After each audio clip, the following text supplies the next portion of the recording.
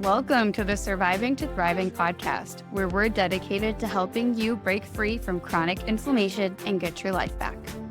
I'm Dr. Rachel Yeager, naturopathic doctor and medical intuitive, and the founder of the Surviving to Thriving method of chronic illness recovery. Join me as we uncover strategies for overcoming health challenges and restoring your physical, mental, emotional, and soul health. Together, let's embark on a journey to thriving.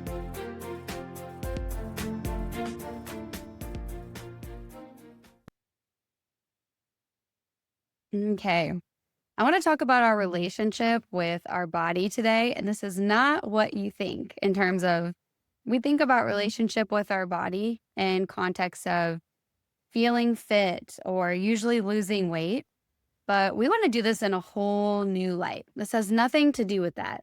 What we want to talk about is the relationship with our body and how that changes when we have symptoms, and how we can actually use our relationship with our body as a healing tool. And a lot of this comes back to mindset. Mindset is what we focus on and our organizational lens that we're perceiving information through. And based on that lens, we're going to focus on certain things more or less, and we're going to have a different outlook on things. And our outlook on how our body is functioning is actually really important for our healing journey. So instead of just focusing on getting your symptoms better and feeling better, so that then you feel less anxious about your health and you can do more things so you feel happier, what if we could actually start to shift your mindset before you even have the full physical healing? And what if that actually helped you heal faster? We know that this is actually the case. We know that mindset and nervous system regulation and what's going on in our brain actually directly impacts our physical healing. So let this sink in. Think about a time when you've been so incredibly anxious or upset about something. Maybe you were going through something really hard, or you had a really stressful breakup, or you're grieving the loss of a loved one, or you didn't get a job that you really wanted. Anything that can have really strong emotions. And think of the physical response in your body. And if you haven't had an experience like that to think about something that makes you, in general, feel anxious if you were going to give a speech in front of thousands of people. And then go in your body for a second. What happens in your body when you have these emotions? And tune in and just imagine, is your heart racing faster? Do you feel almost nauseous and sick to your stomach, like you have butterflies? Do you feel like you have a headache and you can't think as clearly, or you feel like you're panic focused in and laser focused on one thing, can't see the big picture? Do you feel clammy? Do you feel almost like you're getting a hot flash? Think about what that feels like in your body, and then come back to yourself. We're going to get out of that zone. So wiggle your fingers and your toes. And that's right there, a direct experience that you have had personally, direct evidence for the fact that what you're feeling emotion-wise and what you're thinking about actually impacts how you feel physically. And there's so many things happening under the scenes in our body that we're not going to perceive right away. So yeah, we might notice our heart rate speeding up, but we're not going to be able to feel things like our immune system shutting down and stopping fighting off viruses. We're not going to be able to directly feel right in that moment the switch in our brain flipping off to that's helping regulate our sex hormones. We might not even feel that we're not digesting our food as well and we're not absorbing the nutrients from it. We may or may not be able to feel that. So there's so many things that we can feel, but other things that are happening under the hood, behind the surface, that are happening in our body as well whenever we're having different thoughts and emotions coming in. So if every thought or emotion or anything that we're feeling, if that is impacting what's going on in our body, what's actually happening?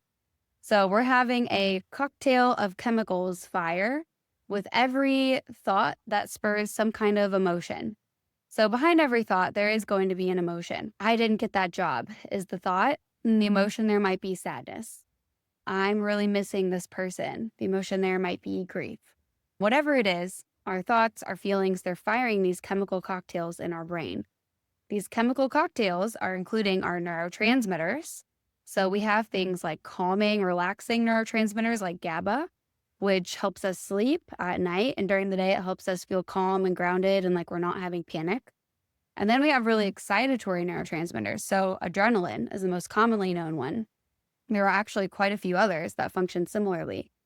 And these get us amped up and we feel anxious and we might even feel like we're having a panic attack or we feel uneasy, a sense of unease and dread, a baseline in our body. So our neurotransmitters are being affected for one thing. Also, our cortisol levels are shifting based on what's going on in our brain. So our cortisol is our master stress, energy, and circadian rhythm regulator hormone. And it is constantly affecting how we feel and how the rest of our organs are functioning. It directly impacts things and it indirectly impacts things. And one of those things that it impacts is our sex hormones. So again, these different chemical cocktails, they really feed down the line and everything that they're affecting in our body, they do actually affect our sex hormone levels. They also affect our histamine levels and our inflammation levels.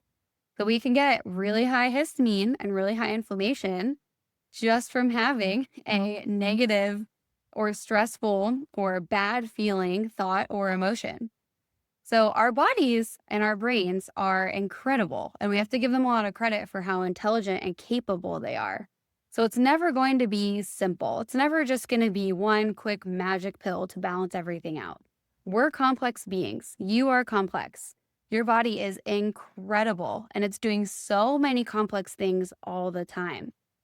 So if we can improve our relationship with our body, that changes our mindset. It changes the emotions that we're feeling and the thoughts we're having. And therefore, going to change the chemical cocktails that are firing. Maybe instead of getting adrenaline released, we might get more of our relaxing, calming, settling, balancing GABA hormone released. We want our body to be as balanced as possible. We still want to get adrenaline shifts if we are having something really scary like a lion chasing us, but we don't want them when we're just sitting, resting on our couch.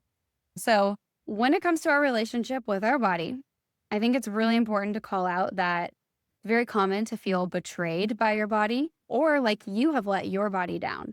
It goes both ways with these chronic symptoms or feeling like your body's been out of balance for a long time. So if you feel like your hormones and all these other things are imbalanced and your body is just letting you down and giving you all these hot flashes and things, that's a common feeling. If you feel like you're not eating your best or moving your body enough or getting enough water or whatever it might be, it's common to feel like you're letting your body down. There's usually a little bit of both. It goes both ways. And the first thing I think is important to do is to separate yourself actually from your body for a second. So your brain, your mind, your consciousness is actually separate from your physical body somewhat. Your physical body, we can think of more like a beloved pet. Your body is more of a primitive animal kind of being. It has needs for food and water and sleep. Your body increases its heart rate when you're exercising to keep up with the demand and shuttle oxygen to all of your muscles. We want to think of our body as a beloved pet, like your favorite pet you've ever had, dog, cat, whatever. And if you haven't had a pet, then you can think of it as more of a child, something that you're taking care of. And your body is going to be sending signals to you, but they're not always going to be high level signals that we can get a direct read on with our cognitive conscious brain. So for example, if you're having inflammation in your foot, your body might send you pain signals, but it's not going to tell you clearly what exactly is causing the inflammation in your foot. So it's kind of like a toddler communicating or a pet, a dog that is making eye contact with you and telling you something's wrong, but they're not able to tell you actually exactly what's wrong. So think of your body as a beloved pet. And if you were to go for a walk and if you're to take your pet for a walk and come back home, one of the first things you might do is make sure that your pet gets some water to drink so that they get hydrated. So if we think of our body the same way, caring for our body would look like after we exercise, we think about what our body needs the same way we would think about what a pet needs. and we ask our body, are you thirsty? Do you want some water? And we nourish our body with that water if it wants that. Another example here is checking in and seeing if our body is tired and what time it wants to go to bed. So even if we're feeling like we want to keep doom scrolling or letting the Netflix autoplay or whatever it is at night, if your body is telling you it's actually tired and it actually wants sleep, then one way to help care for our body is to say, okay, my body is it's like this toddler, it's like this pet, and it's so tired. And if my pet were exhausted, I wouldn't keep my pet awake, making it watch movies. Like I would go put my pet in the bedroom in a dark space where they can sleep. So even if our mind is wanting something else, we can actually try to care for our body. Again, framing it like this beloved animal pet. The list goes on and on with how we can start reframing being kind to ourselves with if your body was your beloved pet, what would you do? If your body was feeling sick, if your pet was feeling sick, would you make your pet go for a 5-mile run? Would you make your pet do anything or would you let them just rest? If your pet was hungry, would you feed them right away or would you make them wait a few hours until you were done working? Are you treating your body with that same level of communication and urgency and being attuned and providing what needs it needs? So this is huge for shifting how we think about our body because our body has its own set of needs that is separate than our mental needs. So I might need connection and I might need mental stimulation and wanting to read. And there are a ton of things I could say my mind needs. These are going to be different than my body's needs for things like sleep and food and water. So tuning into that, you can actually tune in right now and ask your body, is there anything that you need? It's really common for us to get not very clear hunger or thirst signals or tired signals because we're used to ignoring our body and tuning it out.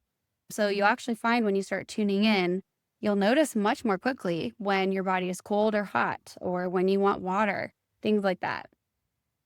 What can come with that is you actually can notice your symptoms a little bit more, but that's okay. That shifts as we regulate the nervous system. Another way to help look at your relationship with your body is to think about all the things that your body is doing for you all the time. So if you're here and you're listening to this, then your body is regulating your heart rate and it's helping you breathe right now. If you're here, then your body has done some level of digestion where it's absorbed the nutrients in your intestines. So you can actually take your hand to help really focus because most people are on some level pretty tactile where having some kind of input, sensation and input can really help. So take your hand, put it on your heart and ask your heart. First of all, you can ask that space, how are you feeling? How are you doing? Is there anything you need? And if your heart is a little bit faster than you think is normal for you, then maybe you need some rest or some electrolytes or some water or to do a little bit of meditation and calm down from an anxiety state. And then we can tune in and we can say, okay, I recognize everything that you're doing for me, heart. I recognize that you're beating for me. I recognize that you're pumping this really oxygen-rich blood that my whole body needs all throughout, getting to all the cells and tissues in my body to help sustain life in my body. I know you're beating even when I sometimes let myself get dehydrated or I'm not getting enough sleep. And even if you're having symptoms in other parts of your body, what is your body still doing and showing up doing every day? If you're feeling inflammation, your body's feeling it too. So it's showing up to work while it's sick. So what is it still doing at work while it's sick? It's still showing up and running your heart factory, beating your heart. And then let's move down to your lungs. You can put your hand on your belly, feel the bottom of your diaphragm here. You can take a deep breath in through the nose or the mouth if that feels better, and really balloon your belly out and let that air fill your belly. Puff your belly out as far as you can to push your hand out away from your stomach. And then you can exhale out through the mouth. Even just doing that is really great for relieving some tension. But we're tuning into the belly, and you can first of all ask your belly if there's anything it needs. You can let it know, even if I haven't been paying attention to you, I'm here for you and I'm listening now. And I'm here to recognize the signals that you're sending me and see what you actually need. Maybe your belly is tired, or maybe your belly needs you to relax your tight diaphragm. And then we're going to visualize all the things that your stomach and your intestines are doing for you, even as your body is showing up sick to work every day. So it's still breaking down your food into small particles. It's absorbing nutrients. It's shuttling through the metabolic waste that your body doesn't want.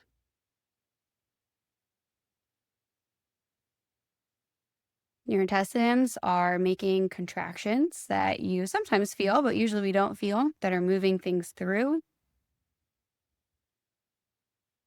There's so many processes of digestion that are happening, even if you are having gut symptoms or other symptoms.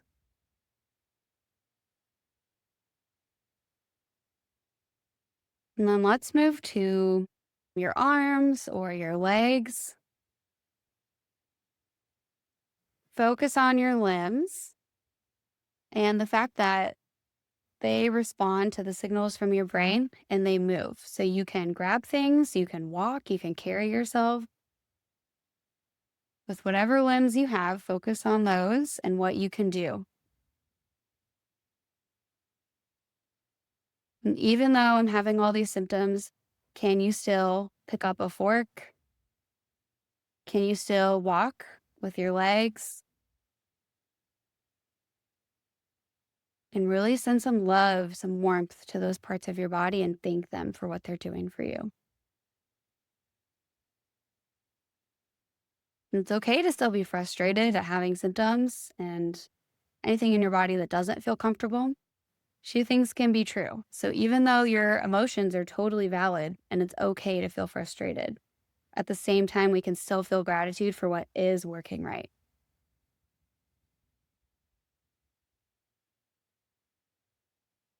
And now you can shift your attention to your jaw and your mouth.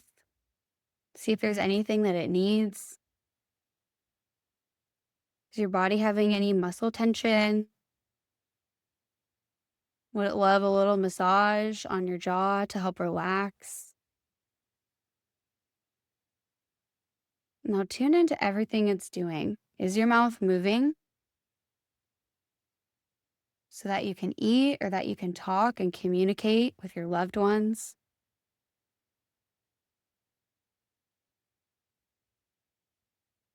Are you still able to taste things? Are you still able to say, I love you to the people that really matters?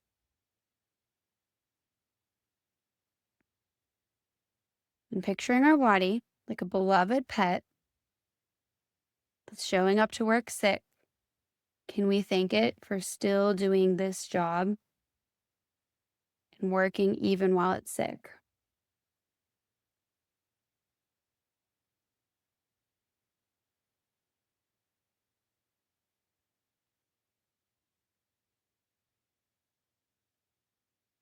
One big part of rewiring our nervous system and regulating our brain state so we can have the best healing and the best physical health is just being attuned to our body and being aware, stepping in, doing brain scans, doing body scans. What we just did could be called a type of body scan. So you could check in and ask your body what it needs and then actively recognize what your body is doing for you, and the challenge that it's facing and how it's still showing up for you, even if there are areas where you are having pain or frustrating symptoms in your body. Checking in with your body starts building a relationship with your body. If you have this open line of communication, checking in with your body, this is huge for regulating and healing because this lets you start to live more in your body. And the more aware we are, and the more we are starting to shift our energy into our body rather than just being up in our mind, that's when we're able to start getting grounded. We're able to start having intuition so we can make our best health decisions. We're able to start feeling that regulated, calm, peaceful feeling, and healing falls in line, and it becomes so much easier. It becomes like skating downhill versus trudging uphill through the snow. So I hope this was helpful. I hope this helps you reflect on your relationship with your body, and it's okay to have frustrations. And if it feels right, and if this felt like something that shifted something, then I challenge you to continue building this relationship with your body. And both things can be true. You can say, even though I'm frustrated and I'm having these symptoms, I'm still grateful for this, or I'm still recognizing this, or I'm still going to tune into my body and increase my awareness and work on my relationship with my body because I want to heal. All right. Well, I hope everyone has a wonderful day. I hope that you go on and keep connecting with your body and stay tuned so we can keep working on different factors for healing and how to move forward when you're having symptoms. So stay tuned for the next episode and have a wonderful day. Thank you for tuning in to today's episode of the Surviving to Thriving podcast. I hope you found inspiration and valuable insights to support your journey towards better health and happiness. Remember, each health journey is unique. This podcast is not medical advice, and it's essential to consult with your healthcare provider before making any changes. If you'd like to schedule a complimentary consultation with me, I would love to talk with you. Please go to drrachelyager.com/schedule.